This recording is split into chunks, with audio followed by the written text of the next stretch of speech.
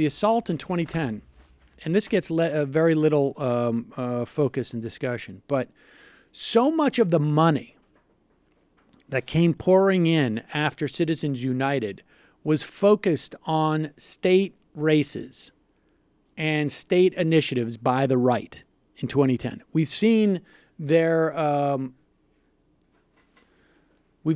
the product of some of this money in the form of the gerrymandering, but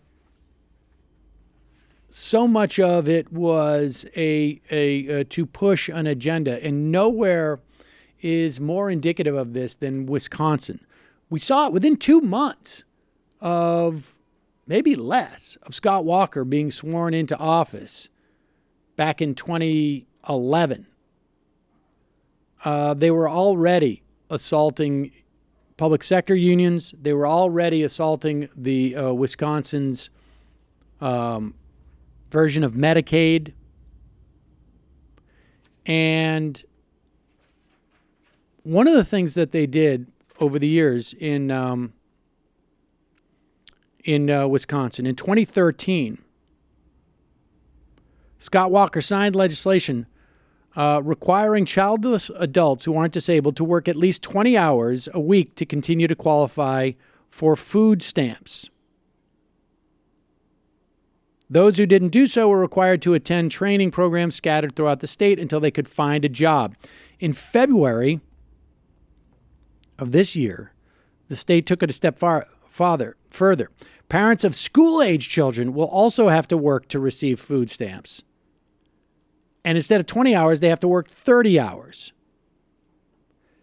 In February, as part of that suite of laws, too, Wisconsin passed a law prohibiting food stamp recipients from owning a car valued at more than $20,000.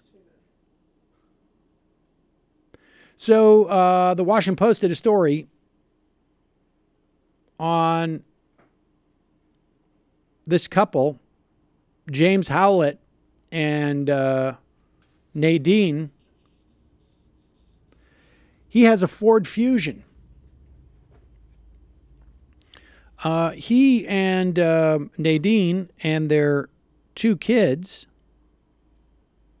are bouncing from suburban homeless shelter to suburban homeless shelter.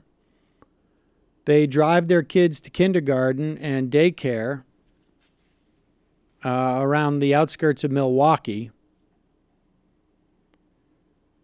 He's not sure what the value of that car is. He didn't just buy it. But the story of how they got there is pretty harrowing. Things just kept spiraling out of control for them. They lost a job, then they lost another job. There have been 9 welfare reform bills, so-called welfare reform bills, that have been passed in Wisconsin.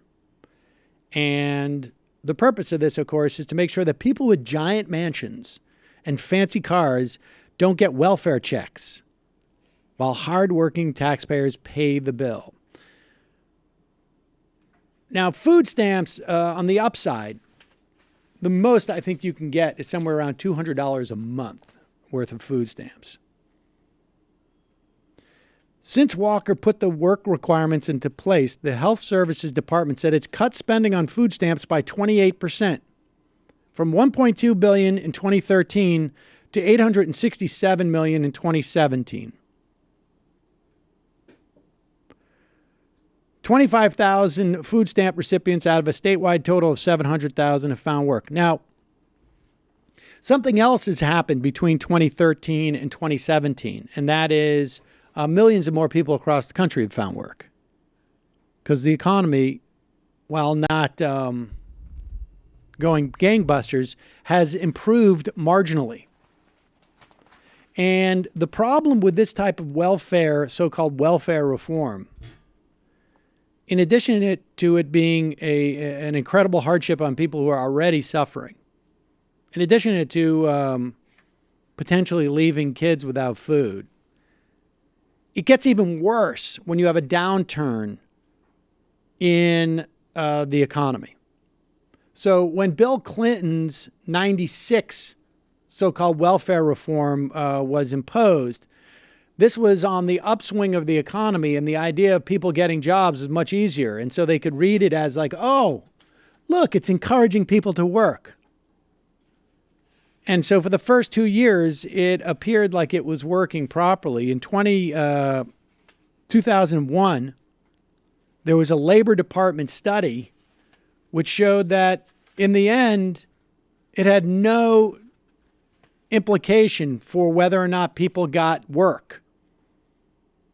All it did was it meant that there was a lot more suffering.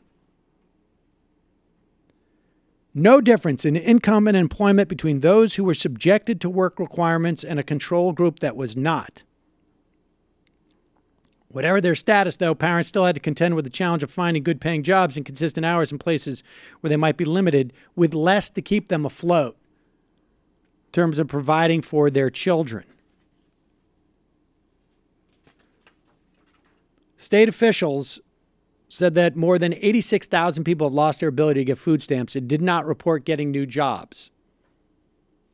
And there's been, of course, no government study examining what happened to them, because then you'd have all of these stories of people skipping meals, of kids going without food.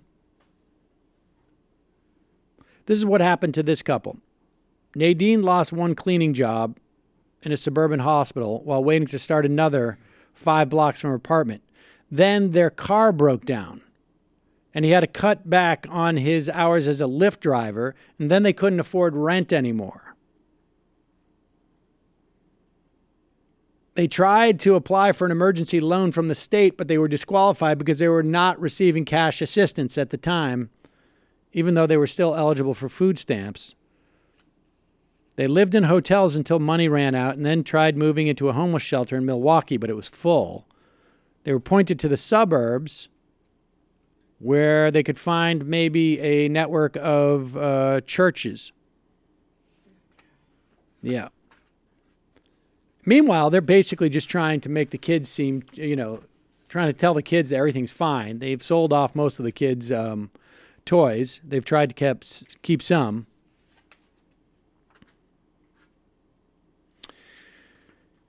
44% in the last 6 months, 44% of participants reported gaining employment after going through a work training program. They averaged 35 hours per week at a wage of $12.88.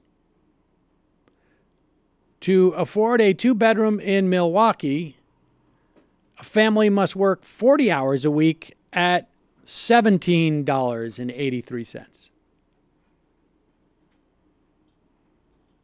So there have been dramatic, in the mid-1990s, in Wisconsin, 80 out of 100 families living below the poverty line in Wisconsin received cash assistance. Now it's 20 out of every 100. Meanwhile, they're going to be paying off Foxconn, what is it, billions of dollars worth of tax breaks. So that's essentially, in Milwaukee, and understand in Milwaukee, in Wisconsin is the template. They would roll this stuff out in every state across the country if they could. This is where the Koch brothers started, with Scott Walker, who was born and raised AFP, like the OG Koch brother surrogate. And this is the vision they want to create across the country. And to some extent, they've had decent success. They have the destruction of public sector unions, the cutting back on support for citizens, all of it.